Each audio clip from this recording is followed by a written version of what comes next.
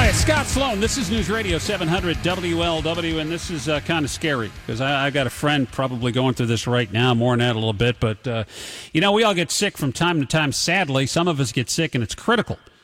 Maybe it's a car accident. Maybe, as we saw in Dayton, it's a tornado, right? A number of people injured. Fortunately, nothing serious there.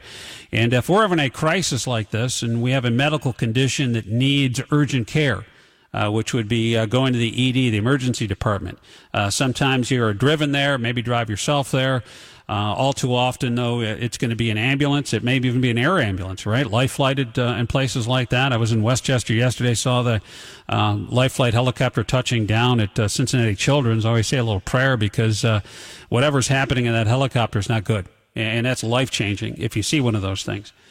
And you pray it's not for you or a family member. But you go to the hospital, you're transported in that fashion. But little do people know is when you're fighting for your life and eventually you turn the corner, you get better, that you may not have been transported to a hospital that is in network. And that means you get the bill. And is that right? I would say, no, that's wrong, because you often don't have a say when you're facing trauma like that. You're going to be taken to the closest available equipped medical center, regardless of what your insurance card says. But that's the problem. Finally, politicians are addressing this. There is a proposal, bipartisan legislation, to tackle the issue of surprise medical bills. On that, Seth Denson is our go-to guy when it comes to health care and analyzing healthcare. Is the president and co-founder of GDP Advisors. Seth, good morning. Welcome to the show on the AcuteHearingCenters.com hotline. How are you? Good morning, Scott. Good to be with you. Listen, doing well, thanks. Good. Hope you had a great long weekend. Yeah, we did up here. We had some tornadoes in Dayton and right here in our backyard, and fortunately, it could have been a lot worse, but it wasn't. Some injuries, one death, and But again, if you're one of those persons and you're transported to the hospital, it's kind of where we're hitting. You asked anybody yesterday, "Am I going to be involved in a tornado?" The answer would be no. And these things happen. Should you be penalized because you get caught in a situation that you don't generally choose and you're transported to the closest hospital? That seems patently unfair to me, that you would be billed on a network, which is, you're literally talking tens of thousands of dollars in a lot of these cases, right? You are, and this is what we have coined as surprise billing, is what the industry calls it. The president calls it that. Came out recently saying he was going to do something about it, and I don't know what I'm more shocked to see, is that these bills, or the fact that we have some bipartisanship going on in Washington to do something about this. Although I'm really thrilled about the latter, and I'm hoping that it's a good first step. Listen, this is one of those just ridiculous aspects of our current healthcare system in the United States that this is even allowed. And I'll take it a step further. Oftentimes, it's not necessarily that you're taken out of network to an emergency room. It's that you're seen by out-of-network doctors when you're there. So this adds an extra layer of confusion to the patient who goes into an emergency room, and that emergency room happens to be in network with their insurance company, but all the people staffing that emergency room aren't. How's a patient to know that? And unfortunately, 3 to 6 months later, they'll get a bill in the mail letting them know and saying that they owe this money. So I'm excited to see that Washington is taking steps to really set some good ground rules by which the consumer needs to be protected. This isn't Washington getting in and doing Medicare for all or single payer or any of that. It's allowing the consumer to have the information so they can take matters in their own hands and make good decisions, but be protected when the information isn't provided to them. Yeah, and I think that's prudent. If you have elective surgery, you have time to plan where you're going, in network, out of network, whatever. And some people chose to do that because they want a different standard of care than what their insurance company may offer. I understand it, but when you are in a situation where it's life or death, you don't have control over which doctors are looking at you or what emergency room to go to generally, especially if you're unconscious or something like that. And as you said, Seth, good to see that there's some bipartisanship. Although what scares me is we thought we were going to have movement on infrastructure just a week ago with Trump and Pelosi, and look what happened there. We're only one tweet away always from change in the climate of the political sphere, aren't we? This I will tell you on this legislation, here's what'll be interesting though, Scott, is what is in the details of it. And I'll give you a perfect example. We were talking internally at GDP, my firm, the other day about what this could look like, and because this bill only attacks emergency rooms and emergency type situations. But let's say that I have showing symptoms of potential cardiac arrest or something of that sort. Go to the emergency room only to find out maybe I had one too many burritos at lunch and it's indigestion, right? And so where's the protection there? Because now all of a sudden this isn't classified as an emergency visit. The insurance company's not going to treat it as an emergency visit, and yet I'm still going to get a bill. And so this is a great first step, but what I would say is we still have a long way to go. And one of the things that I've long talked about, I've mentioned on your show, I've got a whole chapter in my book that's coming out on this, is the fact that insurance networks are no longer a plausible option in the United States. We need to do away with them completely and go back to what insurance originally was, which is protecting the consumer at the time services are rendered, and I'll make them work with the hospital systems and duke it out, but don't leave the burden on the consumer. Yeah, that makes sense a lot. Hopefully they can do that. Now, how receptive are insurance companies? What's their defense of this? Well, they're not receptive because this is one of those things that they get to pan off, and it's a good negotiating tactic when they go in and negotiate these network contracts with the large hospitals is, hey, we're going to protect you guys because we're going to give you this veil of secrecy by which to operate behind. So in the law also, what has been proposed at least, from what I've researched, isn't saying who's going to be responsible here. It's saying, hey, the patient isn't responsible. Insurance company, hospital system, you guys duke it out and figure it out. And so nobody, the insurance company nor the hospital are going to like that because now they got to get attorneys involved, and then we got a whole other set of expenses. At the end of the day, there has to be another layer of protection of the consumer that this doesn't come full circle and hit the consumer right in the middle of the eyes with raising insurance premiums. But again, we kind of move back into this vicious cycle of today's healthcare system and the way it operates. Yeah, and that's really part of the problem is you're caught up in this thing, and I have no idea if I'm in-network, out-of-network, or if that clinician is going to be in-network, out-of-network, if I'm laying on my deathbed in an emergency room because I had a heart attack or a stroke or a car accident or involved in a tornado or something along those lines. And you don't see that coming. And what is your responsibility as a patient? It's not like you can discharge that bill. How do you work that out? Let's say that I have a heart attack. I go to the ER. They save my life the whole bit. And a few months later, I get a bill for $80,000. How do I wind up paying that off?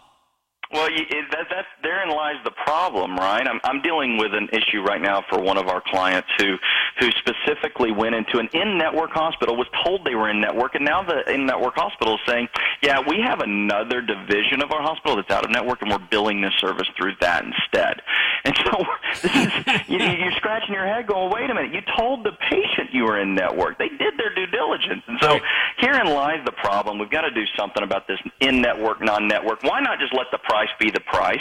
Let the insurance companies pay what they're going to pay, but let the consumer have the information for all of it. This whole veil of secrecy of insurance networks has to go. It provides no value to the patient. That's really the problem, isn't it, Seth? Is name me one thing where you don't know what the price is going into it. I mean, they can give you an estimate saying, well, you need a new sump pump, or we're not going to know until we get, or we need, you need your sewer lines broken. I deal with construction, and so sometimes, you're working on a house, and sometimes there's hidden problems there's hidden costs, and generally you can estimate roughly what it's going to cost, sometimes more, sometimes less, but you can't even get that with healthcare, which is the most important thing you spend your money on.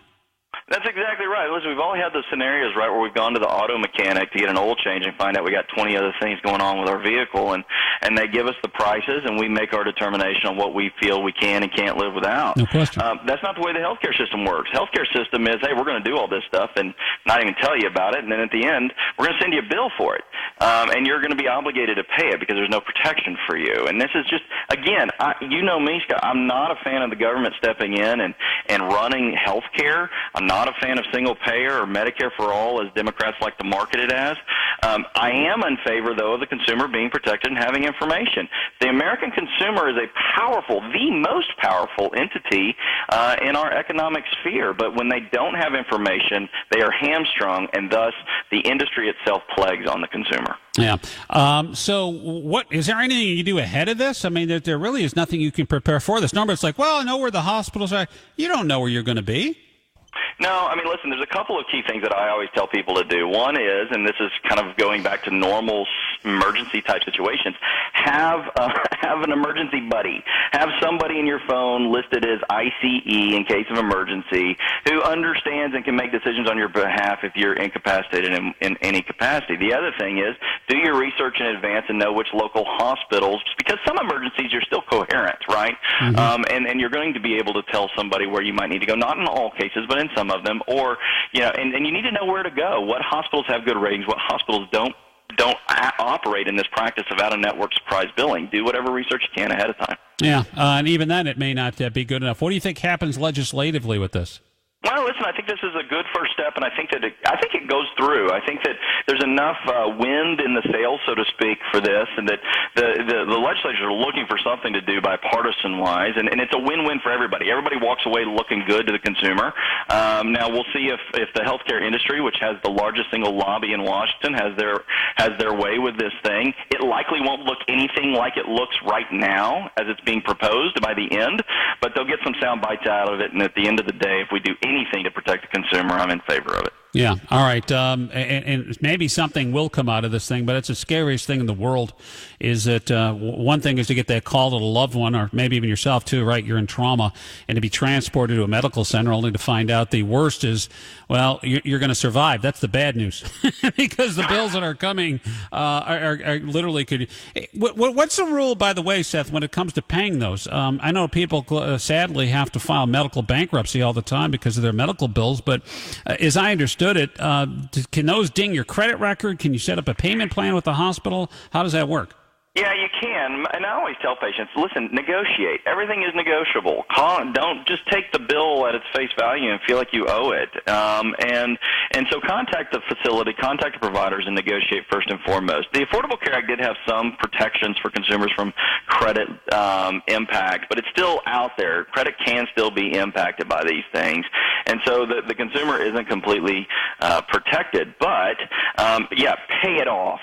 Work out payment structures. I've got one that we got the hospital to agree to $10 a month for the next 100 years, right? I mean, this is the ridiculousness of it.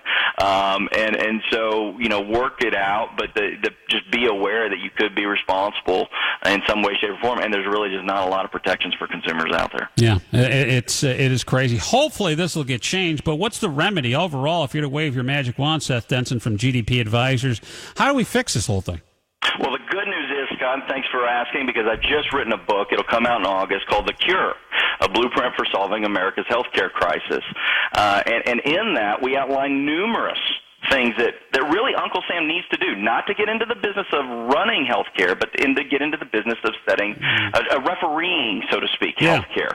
And there's a lot of things. This is one of them: surprise medical billing, not allowing hospitals to become the new too big to fail, which they are now, buying up market share and owning doctors. And we at the end of the day, if there's one single thing we need to do, is infuse transparency into the system. And I'm glad to see that the Trump administration has kind of made that its rallying cry. Good. Hopefully there's some changes underfoot here, because it's literally bankrupting a lot of people. And I imagine economic times are good now. What happens when you have a recession? It's not like people have fewer heart attacks. They probably have more then because of stress and anxiety in their life. Seth Denson, as always, appreciate it, from GDP Advisors. Thanks again for the info. Thanks for having me on. All right, he's on the AcuteHearingCenters.com hotline with Sloan at 700 WLW. Couldn't imagine getting some of these hospital bills after. Yeah. As a matter of fact, let me interject this. I have a friend of mine who is going through this right now.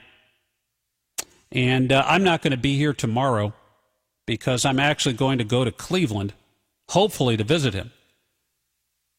He was, I think this is part of what's going on with him too, although no one's thinking about it. As I said, it's, if you're sick, you're not thinking about the medical bills that are coming. You're thinking about getting better, about surviving. And so you're in an emotionally raw state as it is. I can't imagine what this is going to cost at the end of it. So my buddy, who I've known, I was close to him. We kind of, not grew up together, but he's about 10 years younger than I am. Very close friend. And, it's one of those deals where you don't see that person as often or talk to them as much as you should. But every time you do, you pick up where you left off. Those relationships are far and few between, right? You have maybe on one hand, maybe two hands, you can count the number of people who mean something in your life, and he's one of them. And we had fallen out of touch for a little while, touch base every now and again. I had learned that in April, he thought he had the flu. Went to a clinic, and they're like, "Yeah, you got the flu, no worries." It turns out he had the flu, but it's H1N1, which is the swine flu, which is, of course, the big one of them all that started the 1918 pandemic, which killed literally hundreds of thousands of people, right, worldwide.